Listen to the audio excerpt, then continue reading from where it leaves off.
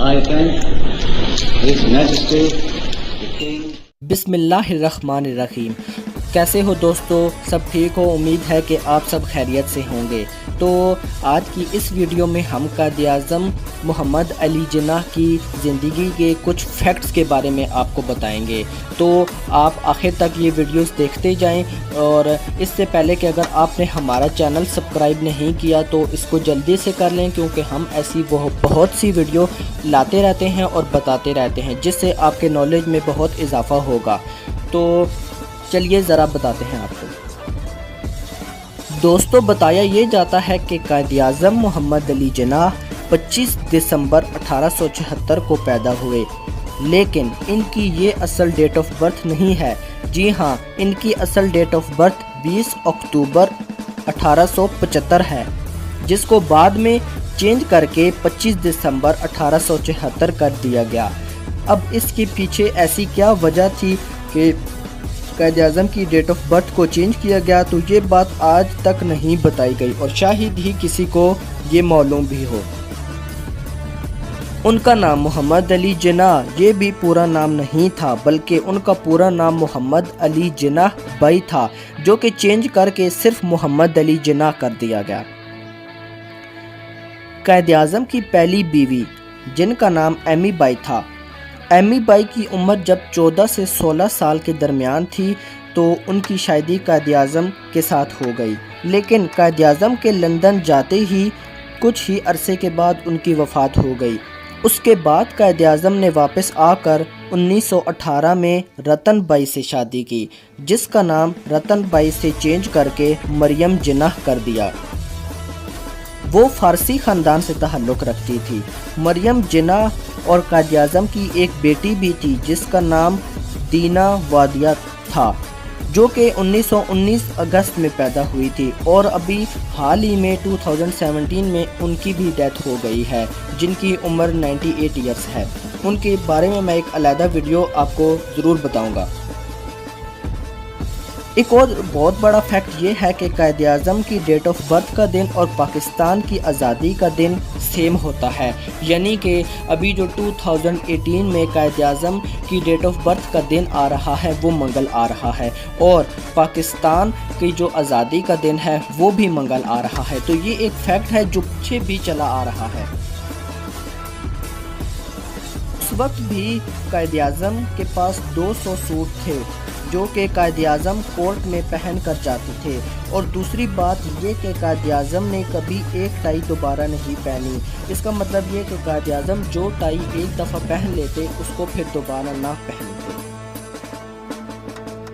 एक दफ़ा कायद-ए-आज़म रेल में बैठे सफ़र कर रहे थे, तो उनके मुखालफीन ने एक लड़की को उनके डब्बे में भेज दिया, और लड़की जब कायद-ए-आज़म के डब्बे में आई तो उसने अंदर आते ही अपने बाजू का कपड़ा फाड़ दिया और शोर मचाने लगी और रोने भी लगी। जैसे ही कायद-ए-आज़म के सब मुखालिफिन अंदर आए और पूछने लगे कि क्या हुआ, तो लड़की ने कहा कि कायद-ए-आज़म ने मेरी इज़्ज़त पर हाथ डाला है। पर कायद-ए-आज़म ने कहा कि ये लड़की झूठ बोल रही है, क्योंकि अगर ये सच बोल रही होती और मैंने सच में इसकी इज़्ज़त पर हाथ डाला होता, तो मेरे हाथ में जो सिगार है उसकी राख अभी तक ज़मीन में गिर गई होती।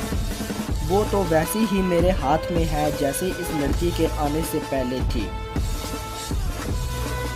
जिस तरह का हाजिर दिमाग कायद-ए-आज़म का चलता था, शायद ही कभी किसी का चलता होगा। पुराने ज़माने में जब कोई ज़मीन खरीदता तो वो ज़मीन से लेकर ऊंचाई तक खरीदता। मतलब कि ज़मीन अगर उसने ज़मीन से लेकर 12 फुट ऊंचाई तक खरीदी है, और फिर जो आपने 12 फुट ज़मीन ली उससे ऊपर कोई और भी आदमी ले सकता था। तो कुछ लोग अपना मसला लेकर कायद-ए-आज़म के पास हाजिर हुए कि उन्होंने एक ज़मीन खरीदी है जो कि मस्जिद के लिए ख़रीदी गई है, जिसकी ऊंचाई ज़मीन से 12 फुट है, और 12 फुट से ऊपर वो ज़मीन हिंदुओं ने ख़रीदनी थी। अब ये मसला था कि जब मुसलमान नमाज़ पढ़ रहे होंगे तो उनकी मंदिर की बैल घंटियाँ से उनकी इबादत में खलल पड़ेगा। اور 12 فٹ سے اوپر زمین تھی وہ ہندوؤں نے خریدی ہوئی تھی۔ اب یہ مسئلہ تھا کہ جب مسلمان نماز پڑھیں گے تو ہندوؤں کے مندر کی گھنٹیاں بجیں گی اور جس سے مسلمانوں کی عبادت میں خلل پیدا ہوگا۔ تو جب قائد اعظم نے ان کی یہ بات سنی تو قائد اعظم تھوڑی دیر خاموش رہے، اور تھوڑی دیر خاموش رہنے کے بعد قائد اعظم بولنے لگے کہ آپ نے زمین 12 فٹ اونچائی تک خریدی ہے، تو آپ ایک کام کریں کہ آپ زمین سے لے کر 10 فٹ اونچائی تک مسجد بنوائیں، کیونکہ ہندوؤں نے تو زمین جو ہے وہ 12 فٹ سے اونچی اوپر بنانی ہے تو وہ نہیں بنا سکیں گے۔ تو قائد اعظم یہ ایک لا بھی تھا، تو قائد اعظم نے اس لا کو چینج کر کے اونچائی سے زمین سے لے کر اونچائی تک زمین نہیں خریدنے کا فیصلہ کیا۔ قائد اعظم نے کہا کہ اب زمین چوڑائی کے حساب سے خریدی جائے گی، چوڑائی کے حساب سے جو خریدے گا وہ اونچائی میں جتنی بنا سکتا ہے بنائے۔ تو یہ بھی ایک فیکٹ تھا۔ قائد اعظم بہت بڑے اور بہت مشہور وکیل تھے، تو ایک دفعہ کیا ہوا کہ ایک عورت ان کے پاس آئی اور کہنے لگی کہ عدالت نے اس کے بیٹے کو پھانسی کی سزا سنا دی ہے، تو لیکن میں پورے دل سے اور یقین سے کہہ رہی ہوں کہ میرا بیٹا نردوش ہے، تو میں چاہتی ہوں کہ آپ میرا کیس حل کریں۔ تو قائد اعظم کی فیس بھی بہت زیادہ تھی، کیونکہ وہ ایک بہت بڑے اور بہت مشہور وکیل تھے۔ تو عورت نے کہا کہ میرے پاس آپ کو دینے کے لیے کچھ بھی نہیں ہے، کوئی ایک پیسہ بھی نہیں ہے۔ تو قائد اعظم نے کہا کہ میں تمہارے بیٹے کا کیس ریڈ کروں گا، اگر مجھے لگا کہ وہ نردوش ہے تو میں تمہارا کیس بالکل مفت لڑوں گا۔ تو قائد اعظم نے اس عورت کے بیٹے کا پورا کیس ریڈ کیا اور اس عورت کو کہا کہ ٹھیک ہے، میں تمہارا کیس بغیر پیسوں کے لڑنے کے لیے تیار ہوں۔ تو ہوا کیا، جس دن اس کے بیٹے کو پھانسی کی سزا سنائی گئی تھی، اس دن قائد اعظم بھی وہاں پہنچ گئے جس جگہ ایک مجرم کو پھانسی دی جاتی ہے۔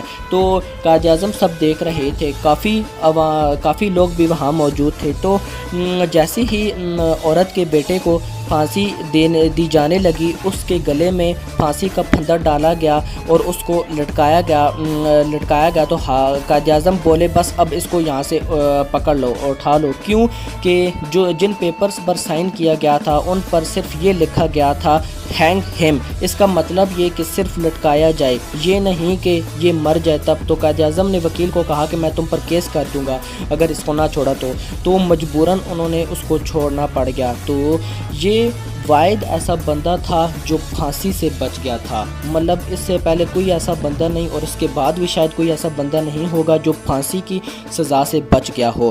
تو اس کے بعد سے لے کر قائد اعظم نے اس لا کو چینج کر دیا اور یہ لا اس طرح ہو گیا، ہینگ ہم وتھ ٹل ڈیتھ، مینز کہ جس آدمی کو پھانسی کی سزا سنائی جا رہی ہے اس کو لٹکا دیا جائے جب تک وہ مر نہ جائے، ٹھیک ہے، تب تک اس کو چھوڑا نہ جائے۔ تو یہ بھی قائد اعظم کی زندگی کا ایک بہت ہی بڑا فیکٹ تھا، تو قائد اعظم نے اس لا کو بھی چینج کر دیا۔ تو یہ تھے کچھ فیکٹس جو قائد اعظم کی لائف کے بارے میں تھے۔ اگر آپ کو ہماری ویڈیو پسند آئی ہو اور آپ اس ویڈیو کو ضرور لائک کریں، کمنٹ بھی کریے گا اور شیئر بھی ضرور کریے گا۔ تھینکس فار واچنگ، خدا حافظ۔